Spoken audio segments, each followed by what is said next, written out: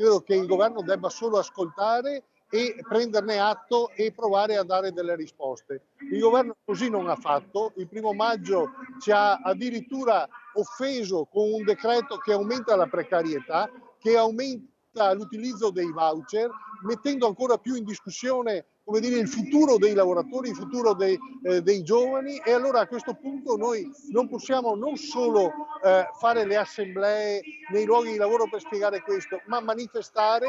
Lo faremo anche andando avanti nei prossimi giorni, nei prossimi mesi, fino a quando non cambierà effettivamente il segno di questo governo.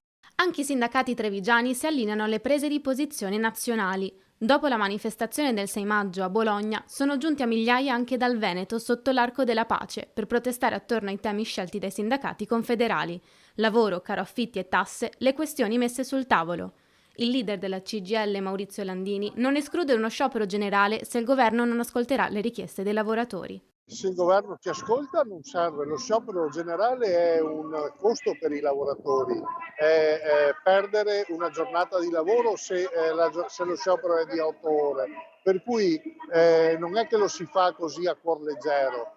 Noi pensiamo che il governo ci dovrebbe ascoltare prima di arrivare alla rottura con lo sciopero generale.